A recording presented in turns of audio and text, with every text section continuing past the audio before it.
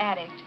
And to get right into action immediately with the most controversial entertainer of the year, well, you'll hear who. Hi.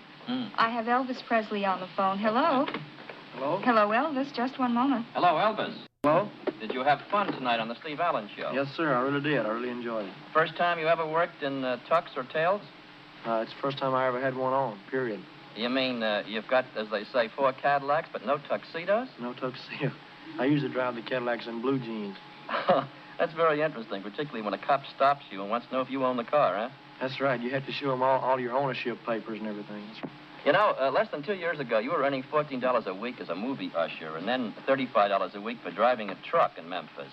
Today, you're the most controversial name in show business. Has this sudden notoriety affected your sleep, your appetite, or the size of your head? Not the size of my head. It's affected my sleep. How much sleep do you get? Oh, I average about 4 or 5 hours a night, I guess. Is that enough? Well, it's really not, but I'm used to it, and I can't sleep any longer. What do you keep in mind mostly? I mean, some of the songs you're going to do, or some of your plans, or what? What goes through your mind? Well, everything has happened to me so fast in the last year and a half till I'm all mixed up, you know. I mean, I can't keep up with everything that's happening.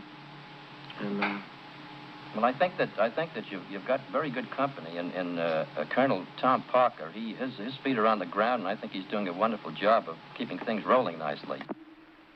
You know, I want to give you an opportunity here to go over a lot of the rumors that have been printed about you, including a few that I printed myself, because some of these things can be checked and some can't, and I think that we ought to sort of fix up the record. Now, your style of gyrating while you sing has been bitterly criticized, even by usually mild and gentle TV critics like Ben Gross. Now, do you bear any animosity towards these critics?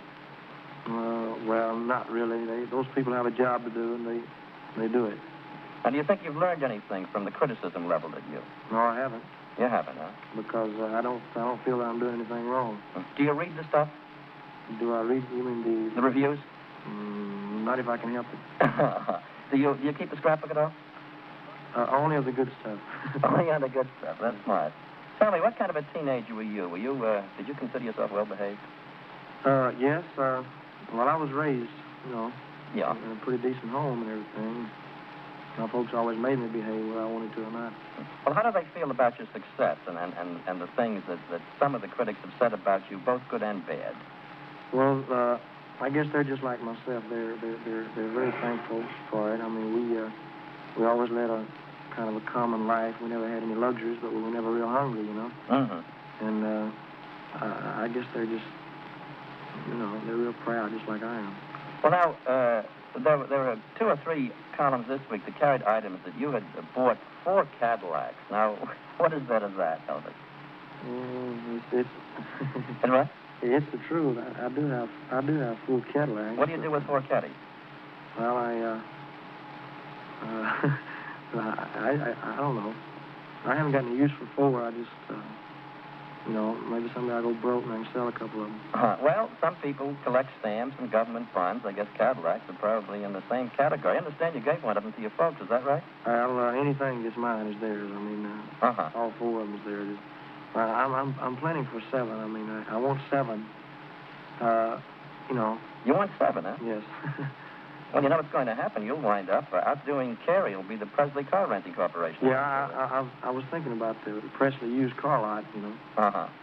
Yeah, I understand that you bought a home for your folks, and even though your father is only 39, you've insisted that he retire. Is that true? Yes. Well, he's more help.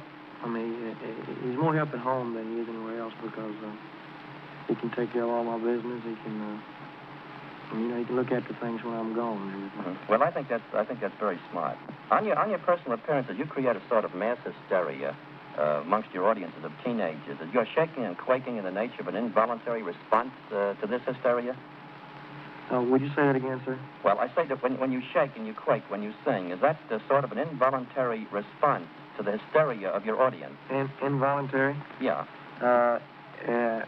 Well, I'm aware of everything I do at all times, but it's just the way I feel. I mean, for example, if somebody is playing ball, they play just a little bit harder when the fans root, and I was wondering whether this had anything to do with sure. Well, I guess any artist, if the audience acts like they're enjoying it, if they act like they're with you, well, it makes you put more into it, you know. Mm-hmm. Do you think that your rocking and rolling has had an evil influence on teenagers, or you think it gives them an outlet? I don't see that any type of music would have any bad influence on people when it's only a music. I mean, I can't figure it out. I mean, in a lot of the papers, they say rock and roll is a big influence on juvenile delinquency. I don't think that it is. Juvenile delinquency is something that's just, I don't know how to explain it, but I don't see how music would have anything to do with it at all. I understand that Mitch Miller of Columbia Records defines rock and roll as a safe form of rebellion against mother, father, and teacher. Do you go along with this analysis? I don't exactly know what he means by rebellion. I mean, how would rock and roll music make anybody rebel against their parents? Well, I guess that answers Mr. Miller. Now, I've got a couple of questions here I'd like to sort of clear up. One of them, and it's sort of a silly one to me, after having talked with you at some length earlier, what about the rumor that you once shot your mother? Well, I think that one takes the cake. I mean, that's about the funniest one I've ever heard. Where'd that one come from? Have you any idea? I have no idea. I can't imagine. When you mentioned it to me, it's the first time I ever heard it. Is that right? First time I ever heard it. Well, there's another one, too, you may not have heard before. Several newspaper stories hinted that you smoked marijuana to hit the bottle in order to work yourself into a frenzy while singing. What about that? I don't know. You won't even bother answering that one. Well, here's a one that's very interesting. I don't know whether you noticed the column the other day. They predict that Elvis Presley will be another James Dean. Now, have you heard that? I've heard something about it. But I would never compare myself in any way to James Dean because James Dean was a genius in acting. Mm-hmm. Although I'll say that I sure would like to. I mean, I guess there's a lot of actors in Hollywood that would like to have had the ability that James Dean had. Mm-hmm. Mm-hmm. But I would never compare myself with James Dean in any way. Now, if you had your choice, would you prefer to be an actor than to be a singing entertainer? If I were a good actor, of course I'm not a good singer, but if I were a good actor, I think that I would like it a little better.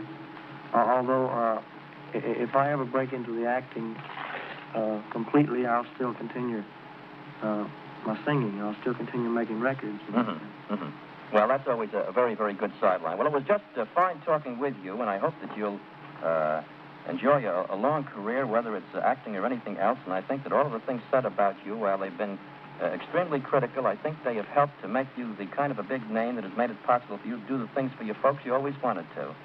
So I sort of think I'd look at it that way, Elvis. Well, sir, I tell you, you got to accept the bad along with the good. I've been getting some very, very good publicity. Mm-hmm. The press has been real wonderful to me, and then I've been getting some bad publicity, but you got to expect that. And I know that, I'm doing the best I can, and I have never turned a reporter down. I never turned a disc jockey down because they're the people that help make you in this business. Mm-hmm. And as long as I know that I'm doing the best I can, that's... No, you can't be expected to do any more. And I want to tell you, it's just been swell talking with you, and you make a lot of sense. Thank you very much. Give my best to the Colonel now. Sure will. Bye-bye.